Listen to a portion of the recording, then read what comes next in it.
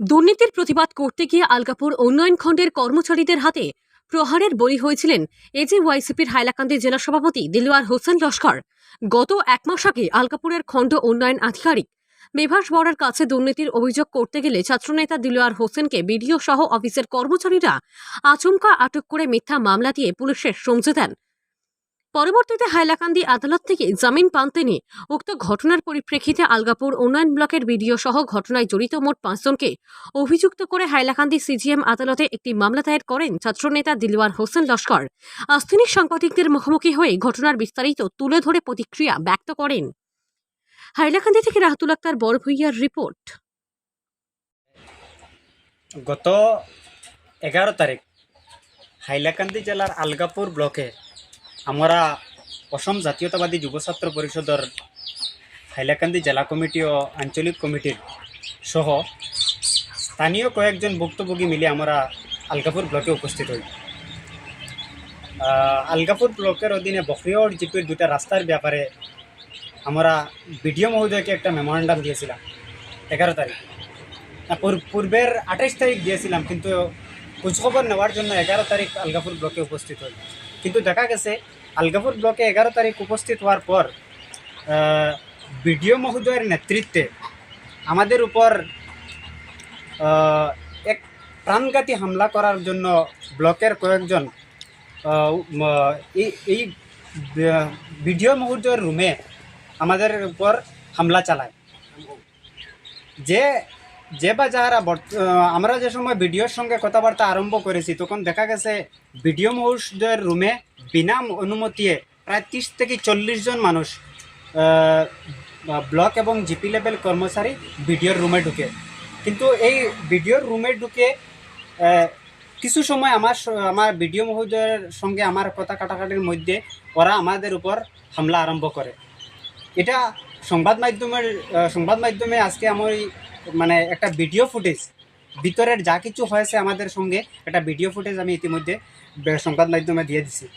আমি এই যে আমাদের উপর এক প্রাণঘাতী হামলা হয়েছে বা ভিডিওর রুমে আমাদেরকে প্রহার করে ভিডিওর রুম থেকে বাহির করে অন্য একটা রুমে প্রায় আধা ঘন্টা সময় আমাদেরকে মানে আটক করে রাখা হয়েছে, এটার পরিপ্রেক্ষিতে আমাদেরকে আটক করে রেখে পুলিশের কাছে সমঝে দেওয়া হয়েছিল। কিন্তু তারপরে দেখা গেছে আমাদেরকে এই সময়ে প্রায় 2-3 ঘন্টা নজরবন্দি রেখে আমাদেরকে লকআপে ভরিয়ে দেয়। কিন্তু তারপরে এখান থেকে পরের দিন আমাদেরকে হাইলাকান্দি আদালতে দেহ করে বা জেলে পাঠিয়ে দেয় একদম চক্রান্তমূলকভাবে। এর পরিপ্রেক্ষিতে আজকে আমাদের সঙ্গে যে অন্যায় হয়েছে তার ন্যায় প্রদানের পরিপ্রেক্ষিতে আমরা হাইলাকান্দি সিজিএম আদালত বিডিও বিভাস বরা সহ 5 জনের উপর বিডিও বিভাস বরা, শরীফ আহমেদ লস্কর, জিআরএস পাশবাড়ি, সাব্বির সাহা, সাইদুল আলম সাহা, হিফজুর রহমান সাহা, এই 5 জন ব্যক্তি আমাদের উপর প্রহার চালায় এবং এই 5 জন ব্যক্তি আমাদেরকে চক্রান্তমূলকভাবে একদম আমাদের উপর আমি আসবাবপত্র ভেঙেছি বলে আমাদের উপর দাঁড়া লাগিয়ে আমাদেরকে জেলে পাঠিয়ে দিয়েছে। এরা কিন্তু দীর্ঘদিন থেকে চক্রান্ত করতেছে যে আমাদেরকে কিভাবে হ্যারাসমেন্ট করা যায়। বিভিন্ন সময়ে আমাদেরকে এই সকল ব্যক্তি শরীফ আহমেদ, সাব্বির সাহা বা সাইদুল, হিফজুর বা বিভাস বরায় আমাদের ভিডিও ফুটেজে আছে। বিভাস বরায় আমাদেরকে যে সময় আমাদের উপর বা আমাদের মানুষের উপর প্রহার চলে তখন বিভাস বরায় একটা কথা বলেছেন যে এদের উপর মানে হামলা না চালানোর জন্য। এই কথাটা কিন্তু বিভাস বরায় বলেছেন, কিন্তু বিভাস বরার নেতৃত্বে এই জিনিসটা হয়েছে। কারণ ভিডিও উনি নতুন এসে আমরা প্রতিবাদ বন্ধ করার জন্য, আমাদের মুখ বন্ধ করার জন্য বিভাস বরায় আলগাপুর ব্লকে আমাদের উপর হামলা চালিয়ে আমাদেরকে একদম বিনা দোষে আমাদেরকে জেলে পাঠিয়ে দেওয়া হয়েছে। আমি তাদের উপর বেশ কয়েকটি ধারা লাগিয়ে যেগুলো আমার উপর হয়েছে তাদের উপর 323, 294, 341, 342, 506, 177, 409, 120 আইপিসি দ্বারা আমি হাইলাকান্দি আদালতে একটি মামলা করেছি। আমি আদালতের উপর পুরো বিশ্বাস আছে যে আদালতে আমাদের উপযুক্ত ন্যায় প্রদান করবে এবং আমরা হাইলাকান্দি আদালত থেকে উপযুক্ত ন্যায় পাবো। এবং আমি এটাও বলছি যে আলগাপুর ব্লক এই সকল ব্যক্তির নেতৃত্বে আলগাপুর ব্লকে ভয়াবহ কোটি কোটি টাকা এক একটা জিপির থেকে দুর্নীতি এবং আত্মসাৎ চলিতেছে।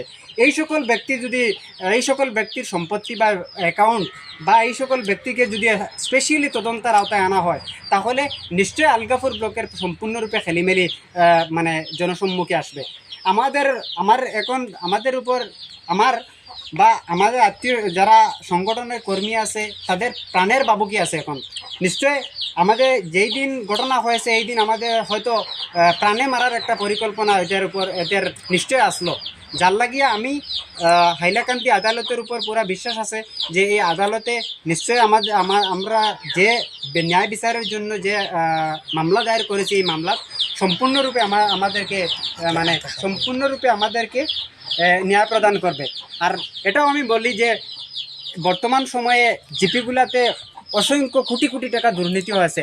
এটার উপযুক্ত তদন্ত করার লাগে আমি হাইলাকান্দি জেলা উপায়ুক্ত মহোদয় বা বিভাগীয় কর্তৃপক্ষ বা কিছুদিন পূর্বে আমি মুখ্যমন্ত্রী হিমন্ত বিশ্ব শর্মাকেও এই আলগাপুর ব্লকের দুর্নীতি সম্বন্ধে আমি একটা হাইলাকান্দি মুখ্যমন্ত্রীর সঙ্গে সাক্ষাৎ করে হাইলাকান্দি একটা মেমোরেন্ডাম দিয়েছি।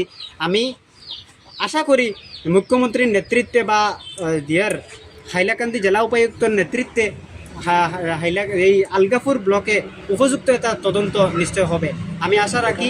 এবং উপযুক্ত যে আমরা ন্যায় প্রদানের জন্য হাইলাকান্দি আদালতে এদের উপর বিহিত ব্যবস্থা গ্রহণ করার জন্য আমি অসম জাতীয়তাবাদী যুব ছাত্র পরিষদের হাইলাকান্দি জেলা কমিটির পক্ষ থেকে আমি আহ্বান জানাচ্ছি।